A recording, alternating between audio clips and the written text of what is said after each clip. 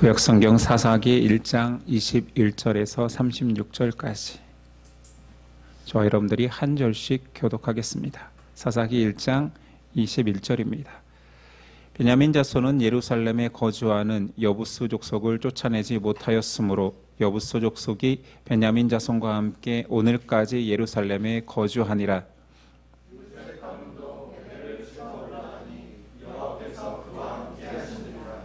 요셉 가문이 베델을 정탐하게 하였는데 그 성읍의 본 이름은 루스라.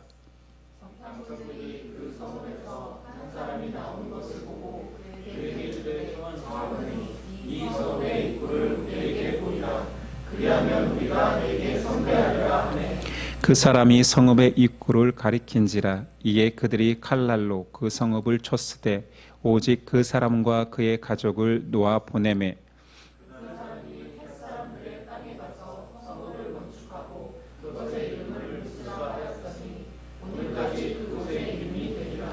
므낫세가 베스안과 그의 딸린 마을들의 주민과 다아낙과 그의 딸린 마을들의 주민과 돌과 그의 딸린 마을들의 주민과 이블르함과 그의 딸린 마을들의 주민과 무깃도와 그의 딸린 마을들의 주민들을 쫓아내지 못하매 가나안 족속이 결심하고 그 땅에 거주하였더니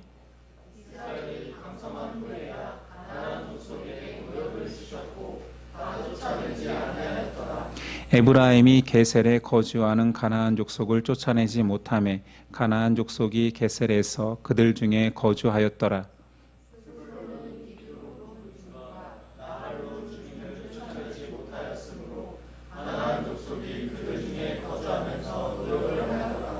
아셀이 악고 주민과 시돈 주민과 알랍과 악십과 헬바와 아빅과 르홉 주민을 쫓아내지 못하고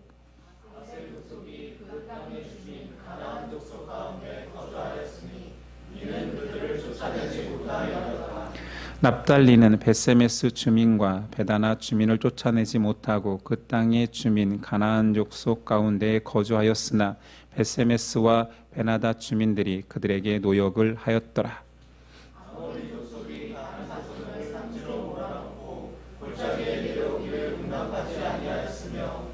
결심하고 헤레스 산과 아얄론과 사알빔에 거주하였더니 요셉의 가문의 힘이 강성함에 아모리 족속이 마침내는 노역을 하였으며 아모리 족속의 경계는 아그람빔 비탈의 바위로부터 위쪽이었더라.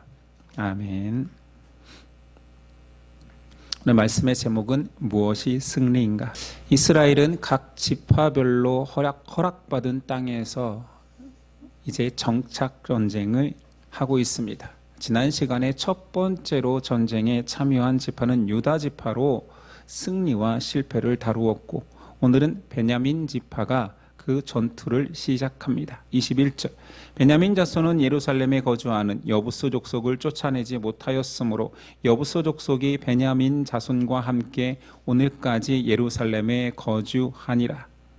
유다 지파는 성공을 보여줬지만 베냐민 지파는 처음부터 실패합니다. 뒤이어 나오는 지파들 또한 가나안과의 전투에서 승리하기도 하고 실패하기도 합니다. 우리 함께 읽어서 알겠지만 굉장히 긴 내용을 여러 가지 주민들을 이야기하지만 반복적으로 동일한 내용들을 상세하게 기록하고 있습니다. 베냐민 지파 바로 뒤에는 요셉 지파의 승리의 모습이 묘사됩니다. 22절이야. 요셉 가문도 베델을 치러 올라가니 여호와께서 그와 함께 하시니라. 요셉 가문이 베델을 정탐하게 하였는데 그 성읍의 본 이름은 루스라. 정탐꾼들이 그 성읍에서 한 사람이 나오는 것을 보고 그에게 이르되 청하노니 이 성읍의 입구를 우리에게 보이라. 그리하면 우리가 내게 선대하리라 하매 그 사람이 성읍의 입구를 가리킨지라. 이에 그들이 칼날로 그 성읍을 쳤으되 오직 그 사람과 그의 가족을 놓아 보내매 그 사람이 햇사람들의 땅에 가서 성읍을 건축하고 그것의 이름을 루스라 하였더니 오늘까지 그곳의 이름이 되었더라. 요셉 지파의 첫 시작의 말은 여호와께서 그와 함께 하심입니다. 이거면 전쟁은 끝난 거지. 전쟁은 하나님 것이고 하나님께서 승리하시게 하지요. 요셉 지파는 그렇게 하나님과 동행하면서 승리를 맛보는 듯하지만 황당하게도 전쟁이 시작하기도 전에 가나안 사람과 약속을 합니다. 야, 이 성읍에 입구가 어디냐? 열린 성문이 어디냐? 알려주면 너와 너희 가족은 살려줄게. 상식적으로 생각하면 참 지혜롭습니다. 입구도 모르고 싸울 수는 없잖아요. 근데 한 사람을 붙잡고 군사 기밀을 알려주면 자유를 주겠다고 합니다.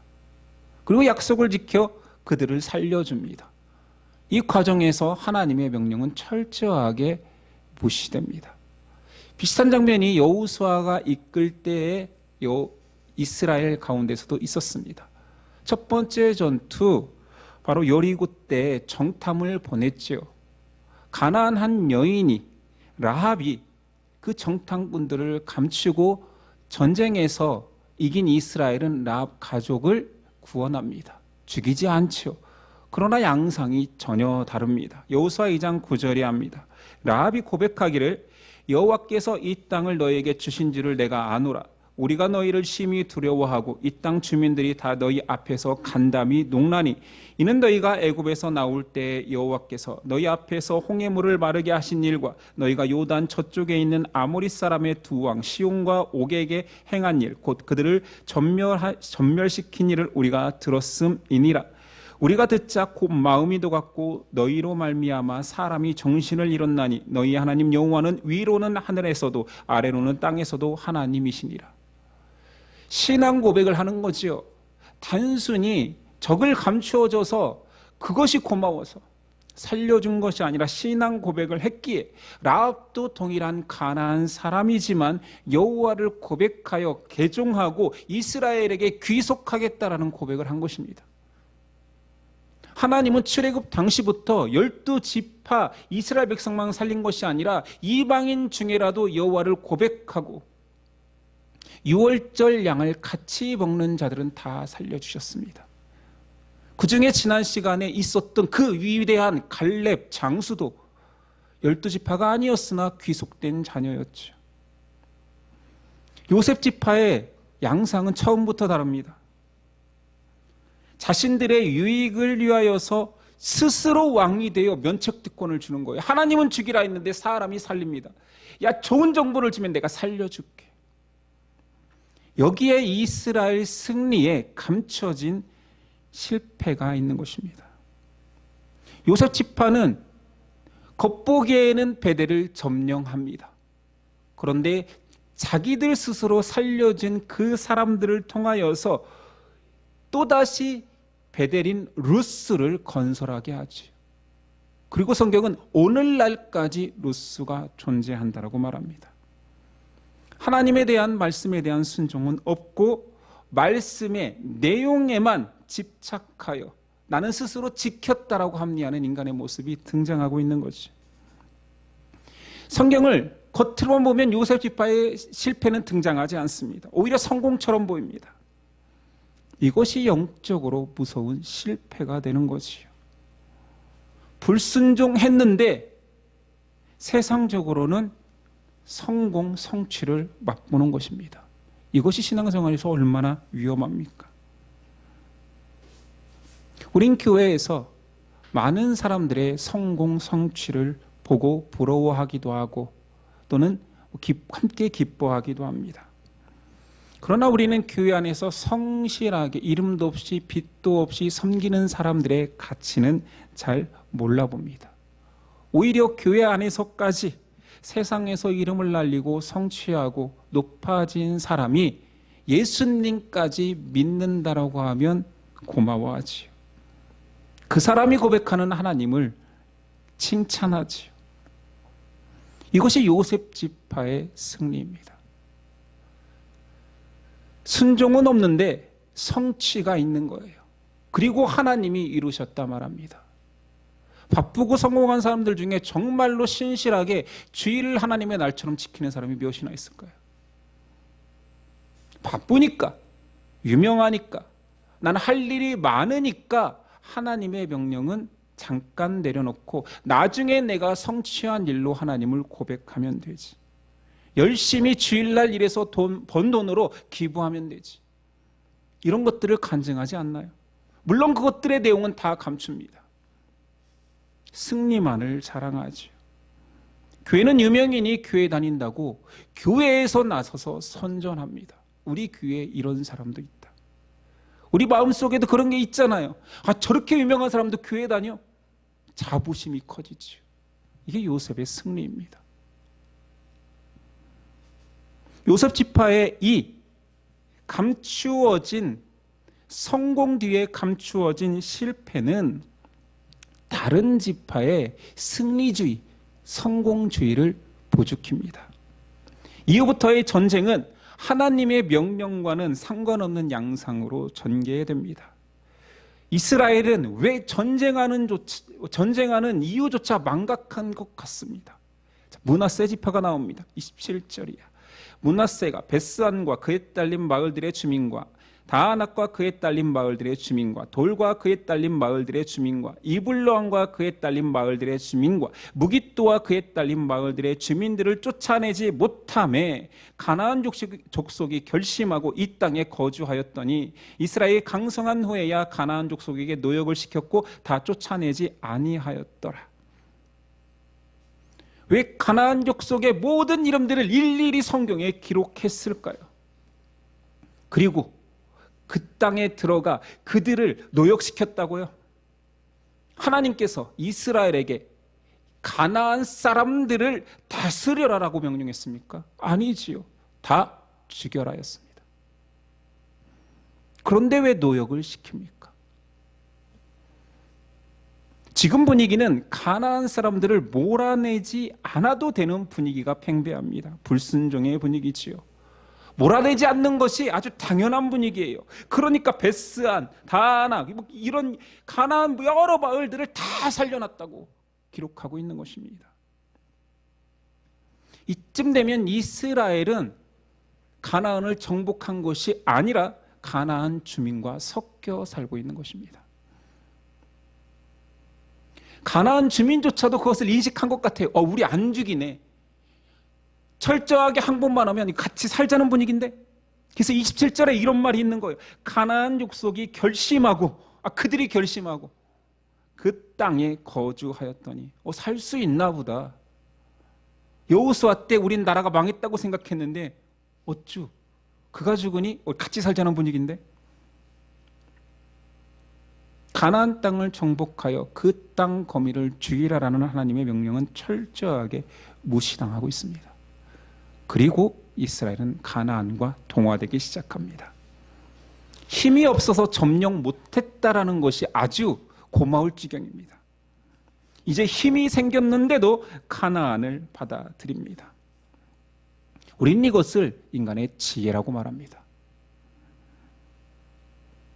죽이는 것보다 살리는 게 낫지요. 이왕이면 노예로 삼아 일을 시키면 그들도 좋고 우리도 좋잖아요. 인간적이고 현명하지 않습니까? 라고 이야기하죠. 그런데 이 전쟁은 처음부터 하나님이 시키신 전쟁이고 하나님이 명하신 전쟁이고 이 전쟁의 성격을 규정하기를 진멸하라였습니다. 우리 또한 이 전쟁의 참여자였고 승리자였다라면 우리는 어땠을까요? 가나안에 무엇이 탐나 그들을 살릴까요?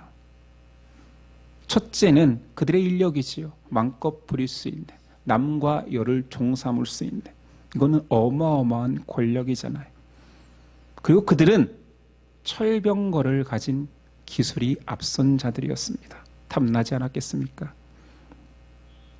이 전쟁은 하나님께서 함께 하시니까 승리하는 건데 이 전쟁의 결과보다 거기서 얻어지는 전리품에만 지금 관심이 쏟아지고 있습니다.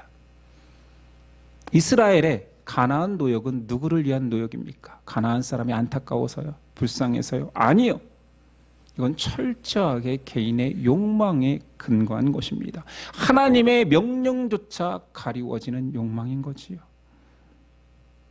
하나님께서는 단 한순간도 가나안과의 동거를 허락하지 않으셨습니다.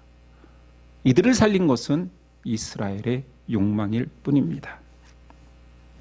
이제 똑같은 실패를 계속적으로 반복합니다. 에브라임 29절. 에브라임이 게셀에 거주하는 가나안 족속을 쫓아내지 못하며 가나안 족속이 게셀에서 그들 중에 거주하였더라. 스불론 지파. 스불론은 기드론 주민과 나할룰 주민을 쫓아내지 못하였으므로 가나안 족속이 그들 중에 거주하며 노역을 하였더라. 아셀 지파. 아셀이 죽고 주민과 시돈 주민과 알랍과 악십과 헬바와 아빅과 룹 주민들을 쫓아내지 못하고 아셀 족속이 그 땅의 주민 가나안 족속 가운데에 거주하였으니 이는 그들을 쫓아내지 못함이었더라. 아주 이제 그 중심 가운데에 살고 있습니다. 삥 둘러 가나안과 함께 화목하게 살고 있는 거죠. 납달리 지파. 납달리는 벳세메스 주민과 베나닷 주민을 쫓아내지 못하고 그 땅의 주민 가나안 족속 가운데 거주하였으나 벳세메스와 베나닷 주민들이 그들에게 노역을 하였더라. 다 똑같습니다. 다 똑같습니다. 여러분들이 지금 저에게 설명을 듣지 않았다면 이긴 전쟁이라고 착각할 것입니다. 이스라엘의 모습은 흡사. 전투에 임했던 병사가 전쟁은 끝났는데 장수에 의해서 전리품을 취하지 말라 금지했는데 무장 해제된 적진에 들어가 전리품을 노략하는 형국입니다. 장수의 명령은 온데간데없고 온갖 갖고 싶은 것들이 널렸고 죽기만 하면 된다고 생각하는 분위기와 뭐가 다릅니까? 이런 안일한 상황 속에서도 전리품을 다 주워가는 상황 속에서도 그것조차 못하는 지파도 있습니다. 단 자손입니다. 심지어 가나안 족속, 아모리 족속에게 몰려 골짜기에 갇힙니다. 이들을 요셉 지파가 힘으로 아모리 족속을 이기지만 여전히 그들을 살려줍니다. 이 장면이 묘사된 이유가 분명합니다. 성경은 단 지파, 야 너희는 그것도 못 주워 먹냐? 아니 다 이기는 전투에서, 아니 그들을 다스리고 정삼는 그런 전투에서 너희는 어떻게 골짜기에 갇힐 수 있냐? 무능을 고발하려고 쓴 것이 아닙니다. 단 자손처럼 실패할 수 있다. 그 자손을 대신해서 요셉 지파가 성공한 것 같지만, 승리한 것 같지만 그것이 실패다. 불순종하였다. 이스라엘의 문제는 실패라는, 패배라는 무능력이 아닙니다. 불순종하여 타협함으로 하나님에 대한 확신을 저버린, 믿음을 저버린 데 있는 거지. 이 전쟁에서 이제 하나님은 어디에 있습니까? 가나안 족속을 멸하라는 하나님의 명령을 듣고 있는 사람은 있을까요? 오늘 사사기 속에 지파들의 정착 전쟁을 통해서 이스라엘의 타락해가는 과정을 묘사하고 있는 것입니다. 이스라엘도 처음에는 두려움에 의한 실패의 당위성을 이야기했습니다. 자기 합리화의 단계지요. 저 철병거를 이제 농사밖에 짓지 않고 노역밖에 하지 않았던 종되었던 우리가 40년 동안 광야 생활하면서 먹고 사는데 급급했던 우리가 군사로 무장하고 무기가 가득한 그들을 이길 수 있습니까? 두려워 떨 수 있습니다. 그러나 그것은 변명의 여지가 없다고 지난 시간에 이야기했죠. 이스라엘에게 나가서 싸우라고 한 적이 없거든요. 내가 싸우리니 너희는 그 땅을 차지하라 했습니다. 하나님의 말씀을 망각해놓고도, 하나님의 말씀을 기억하지 못하고도 합리화하는 거죠. 실패의 원인이 상황입니다. 환경입니다. 제가 어떻게 이깁니까? 라고 하는 거죠. 심지어 이런 상황을 만드신 하나님을 원망합니다. 그런데 오늘 말씀에 와서 이런 상황 속에서 인간적 장꾀를 동원해서 승리를 하는 지파가 나타나 버렸습니다. 요셉 지파지요. 그 시작은 아주 작은 장꾀였습니다. 이걸 이기려면, 쉽게 저 성을 점령하려면 입구를 찾아야 되는데 그 입구 알려주는 사람만 살려주면 되지. 그리고 다 죽이거나 점령하면 되는 거 아닌가. 합리적이고 지혜로웠습니다. 그런데 이 작은 불순종이 달콤한 열매가 되어 돌아올 때 사람은 그 달콤함에 취해 불순종을 당연히 여깁니다. 이게 우리잖아요. 신앙생활하면서 달콤한 유혹에 넘어가 봤고 그 다음부터는 그 달콤함 때문에 하나님 앞에 불의한 모습도 다 망각하잖아요. 하나님의 절대적인 약속보다 사람의 경험을 앞세워, 내 달콤한 경험을 앞세워 그 모든 것들을 합리화합니다. 나는 이럴 수밖에 없는 상황이었지. 하나님도 아시고 하나님도 이해하시고 다 이해해 준다. 이스라엘의 다음 단계는 이런 방법을 동원한 사람들의 승리를 부러워하는 단계입니다. 저 사람 저렇게 살아도 되네. 저렇게 살아도 형통하네. 저렇게 살면서 하나님을 고백하네. 세상과 타협하면서 높아지는 것들을 자랑하네. 부럽다. 점령지에서 가나안 사람들을 몰살하는 것보다, 그러면 아무 터도 없고 그 터에서 내가 더 힘들고 고생해야 되는데 그들을 종삼아서 일을 시키고 그들의 기술력을 받아들여서 성장하는 거지요. 세상에 발전된 상황을 동경하고 그들에게 가서 머리를 조아려 이익을 구하려고 합니다. 죄는 굉장히 매력적입니다. 그러니 빠져들죠.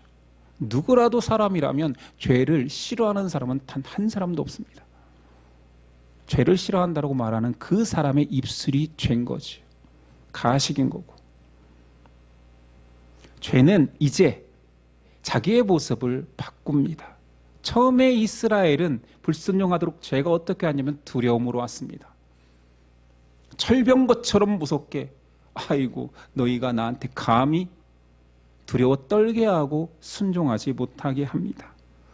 그런데 이쯤 되면 한번 불순종의 달콤한 열매를 보고 다른 사람들의 성공을 보며 부러워하는 수준이 되면 이때부터는 죄를 수용하는 단계에 이르릅니다. 죄의 매력에 빠져 합리화를 넘어서 자기가 수용하지요. 철병거를 만드는 이들을 내가 부려야겠다. 하나님은 진멸하라였는데 나는 이용합니다. 가나안과 타협합니다. 그들을 수용합니다. 이제 이스라엘에는 더 이상 하나님의 명령보다, 하나님보다 세상 가치가 더 잘 보이기 시작합니다. 그 다음 단계는 세속화의 단계입니다. 하나님의 말씀은 예전부터 들리지도 않았지만 지금 남는 것은 허울뿐인 하나님과 개인적인 욕망입니다. 죄의 유혹에 빠져버린 그는 이제 나뿐만 아니라 주변에도 그걸 전파합니다. 자신을 자랑하는 거죠. 그 문화를 만들어갑니다. 이게 세속화예요. 너 그렇게 미련하게 사니? 왜 미련하게 하나님 믿니? 그렇게 살지 않아도 또 지혜롭게 살아봐. 너 지금 가진 게 뭐야? 그거 누가 인정해나 해주니? 교회 다니는 사람이 그래도 세상에 나가 빛을 비춰야지, 머리가 되어야지 라고 세속화에 앞장서는 사람이 됩니다. 진리는 온데간데 없고 사람의 가치와 욕망만 남습니다. 우린 그것을 기독교 인본주의라고 말합니다. 인본주의 자체는 훌륭한 문화일 수 있습니다. 인간을 소중히 여기고 인간을 높이는데 그게 왜 나쁘겠습니까? 많은 그 인본주의가 기독교를 공격하기 때문에 문제가 됩니다. 사람이 높아지는 거 좋습니다. 그런데 절대자의 자리까지 높아지려 하니 문제가 되는 거지요. 세상에 창조주는 없다. 그 창조주라 말하는 그 신조차도 인간이 자기의 약함을 감추고 위로받기 위해서 만든 꼭두각시일 뿐이다. 기독교의 신학조차도 신화화합니다. 그리고 사람은 자신들이 만든 학문적 성공과 인류적 가치에 열광합니다. 스스로 자아도취되어 와, 이런 멋진 문화를 만든 사람은 존귀해라고 찬양하지. 이제 신의 자리는 없습니다.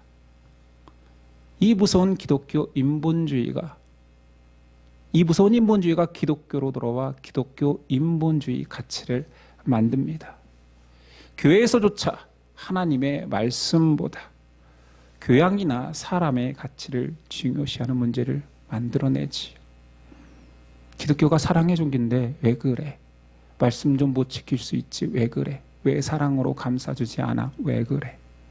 그렇죠. 사람이 최고죠. 고객님이 최고입니다. 주일 오셔도 괜찮습니다. 교회만 나와주신다면, 헌금만 해주신다면요, 만사 오케이죠. 사람보다 귀한 게 뭐라고요? 사랑으로 다 품어야 되지.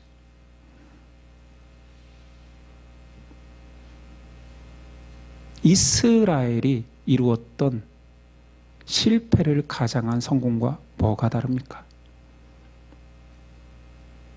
결국 기독교 인본주의는 하나님의 말씀대로 살지 않고 사람을 가치 있게 만들어 하나님조차 내 기도에 응답해 줘야 되는 산신령으로 만드는 것입니다.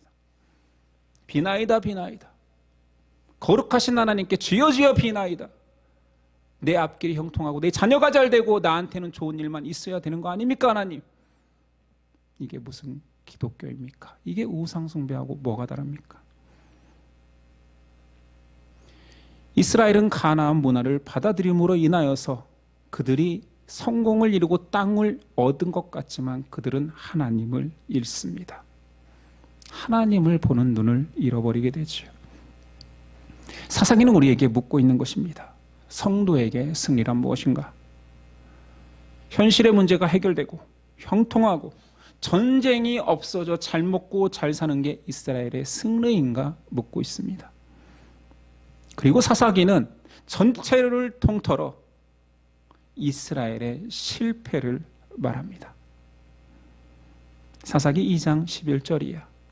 이스라엘 자손이 여호와의 목전에 악을 행하여 바알들을 섬기며 애굽 땅에서 그들을 인도하여 내신 그들의 조상들의 하나님 여호와를 버리고 다른 신들 곧 그들의 주위에 있는 백성의 신들을 따라 그들에게 절하며 여호와를 진노하시게 하였으되 곧 그들이 여호와를 버리고 바알과 아스타롯을 섬겼으므로. 지금도 하나님과 함께하는 그들이 전쟁을 치르고 있습니까? 버렸고 내 목전에서 악을 행했고 여호와를 진노하게 하여서 여호와를 버렸고 그들은 지금 이스라엘은 누구를 믿는 자들이라고요? 여호와 하나님을 믿는 자들. 세상을 탓하는 게 아닙니다. 세상 사람들을 이야기하는 것이 아닙니다. 교회에 다니는 자들은 교회에 하나님을 버렸고 자기 욕심에 따라 하나님을 등졌고 하나님 목전에서 악을 행하였고 이렇게 다가와야 되는 말씀인 거지요.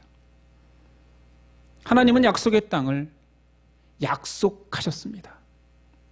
주시지 않고 약속하셨습니다.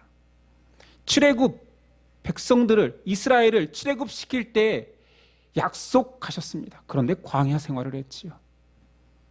하나님이 무능력해서 가나안을 바로 주지 못한 것이 아닙니다.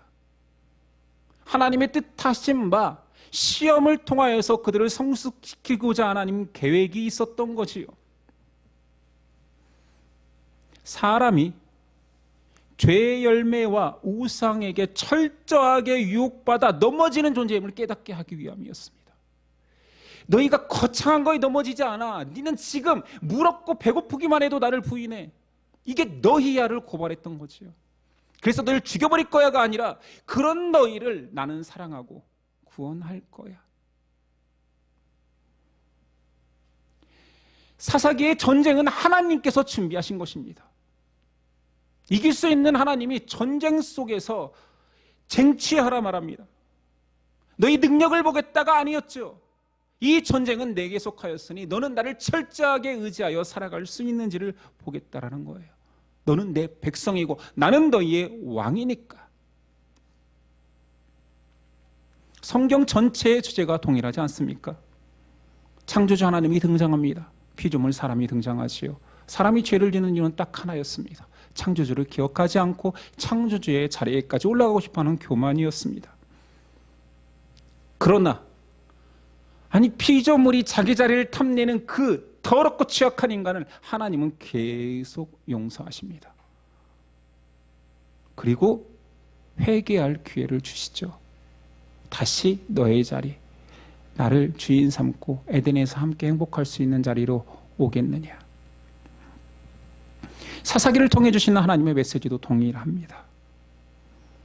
전쟁을 허락하신 하나님은 전쟁에서 싸움은 이겨볼래? 네가 어느 땅까지 지배할 수 있는지 한번 해볼래를 시킨 것이 아닙니다. 두렵지, 무섭지, 네 힘으로 할 수 없을 것 같지, 그러니 나를 의지해봐라. 나를 믿고 한 발짝 한 발짝 떼어보라라는 doing이 아니라 being이지요. 존재를 묻고 있는 거죠. 너의 존재는 나를 의지하는 존재니 아니면 뭔가를 하려는 존재니. 하나님은 전쟁 이겨라, 이겨서 나에게 전리품으로 내놓아라 말하지 않습니다. 이긴 전쟁을 자랑하고 정복했다라고 간증하고 다니지 말라라고 말하지 않습니다. 나를 신뢰하니, 나를 믿니, 겸손하게 나를 따라올 수 있겠니를 묻고 계십니다.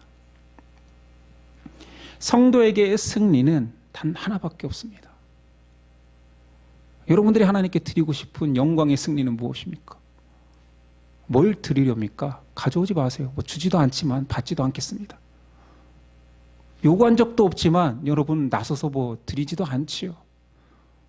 성도의 승리가 그것이 아니기 때문입니다. 성경 전체에서 하나님이 바꾸고자 하는 성도의 승리, 내 백성의 승리는 나를 의지하는 간절한 마음입니다. 하나님이 뭘 더 요구했단 말입니까? 혹 그 마음이 물질로 표현될 수도 있었고요. 그 마음이 봉사라는 표현으로 드러날 수도 있었던 것뿐이죠. 하나님은 항상 마음만 달라 했습니다. 진실한 마음.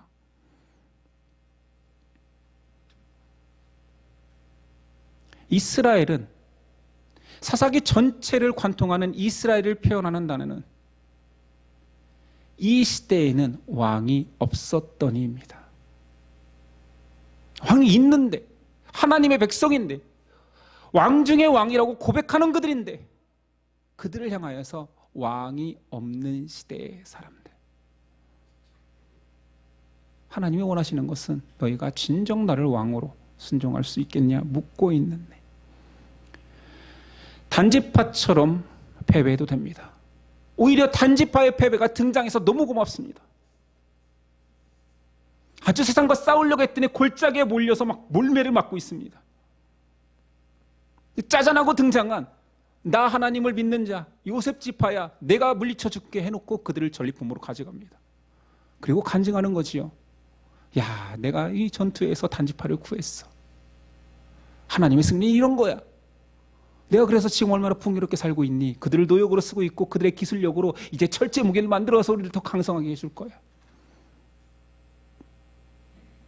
승리로 위장된 패배가 더 위험한 것입니다. 이스라엘에게 사사기 시대를 통하여서 정복 전쟁을 통하여서 하나님은 단 한 가지, 전쟁은 니네가 하면 100점 100패야. 니네 꼼수를 써서 이길 수도 있겠지, 그것도 패야. 전쟁은 너희 것이 아니거든. 처음부터 내 거라 그랬잖아. 전쟁은 내 것이니 너희는 나와 함께 동행하여 내 땅을 밟으라. 하나님께서 보고 싶었던 것은 철저하게 순종하는 마음, 전쟁에서 질 수밖에 없는 너희들을 구원하는 하나님을 의지하라. 그래서 사사기에는 실패만 등장하는 것입니다. 또 실패합니다. 또 망각합니다. 또 하나님께 부르짖습니다. 그러면 하나님께서 사사를 보내줍니다. 사사는 무엇을 이야기합니까? 한 사람의 사사를 통해서 믿음의 용장을 통해서 이겼다, 이거 아닙니다. 믿음의 용사가 되라, 그거 아닙니다. 또 구원하시는 하나님, 철저하게 배신하시는 이스라엘을 또 구원하시는 하나님, 사사를 보내 또 구원하신 하나님. 구하면 또 하나님은 사사를 보내실 것입니다. 여러분들이 수렁텅이에 빠져도 구하기만 하면 사사를 보내주실 것입니다. 이것이 믿음입니다. 나를 내려놓고 내 가치를 내려놓고 내가 뭔가 할 수 있다라는 생각을 내려놓고 오직 하나님이 다 하십니다. 이 인생을 허락하신 것은 이 광야 생활 중에 이 전쟁과 같은 상황 속에서 내 힘이 아닌 하나님 힘으로 승리할 수 있는 인생 되겠느냐, 그것이 믿음인데 그 믿음을 사용하겠느냐 묻고 있는 것입니다. 우리가 할 수 있는 최고의 고백은 주님 없이 못 산다입니다. 주 없이 살 수 없네. 승리 속에서도 난 주 없이 살 수 없네. 세상이 나를 칭찬해도 나는 주 없이 살 수 없네. 고통 가운데 빠져도 주 없이 살 수 없네. 세상에 나를 사랑하는 사람이 아무도 존재하지 않는다 할지라도 괜찮다, 나는 주 없이 살 수 있네. 근데 신앙인들이 언제부턴가 기독교 인본주의에 빠져 더 많이 하는 자가 더 좋은 신앙인인 것처럼 변했습니다. 이건 저도 한몫했다 솔직히 고백하겠습니다. 더 이쁜 신앙인 되어라, 더 순종하여라, 더 뭔가를 하라 했던 것이 뭐 저 아니면 누구였겠습니까? 예심 안에 못난 짓이 있다라면 제 못남이 투영된 거지 누구의 못남이겠습니까? 예심 안에 누가 높다 낮다 하고 내가 더 하나님께 이쁨 받고 있다라고 말했던 것이 누구 잘못이겠습니까? 제가 잘못 전파한 거 아니겠습니까? 우리가 자랑할 게 뭐 있단 말입니까? 우리의 자랑이 요셉의 자랑과 뭐가 다릅니까? 내가 땅도 좀 차지했지. 이거 순종으로 얻어낸 거야. 하나님이 주시기로 했던 그 땅이야. 그 뒤에 감춰진 실패를, 그 뒤에 감춰진 불순종은 우리는 다 감춘 채 가식적이 되어가고 있었지요. 승리 하나님은 성도에게, 백성에게 승리를 주십니다. 근데 그 승리는 착각하지 마십시오. 내가 하나님을 의지하는 마음을 갖게 될 때의 승리입니다. 겸손한 회개와 주 없이 살 수 없습니다라는 고백이 우리가 지금도 그리고 우리 인생 마지막까지 해야 될 최고의 승전가입니다. 기도하겠습니다.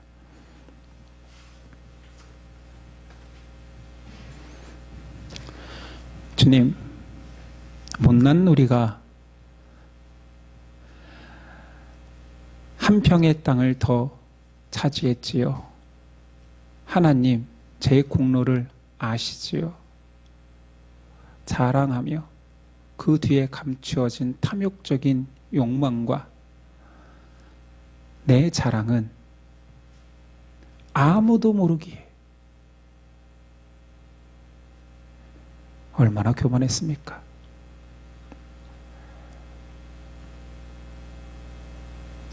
사사기 백성의 모습을 보면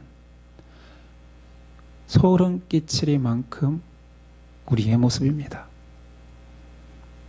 어떤 지파도 어쩌면 더 현명해지고 더 정보가 많고 더 지혜로워진 우리보다 더 탐욕적일 수는 없습니다.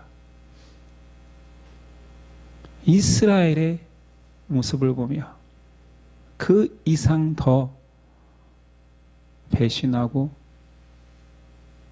죄를 탐닉하고 그리고 그 죄를 합리화시키며 그걸 전파하는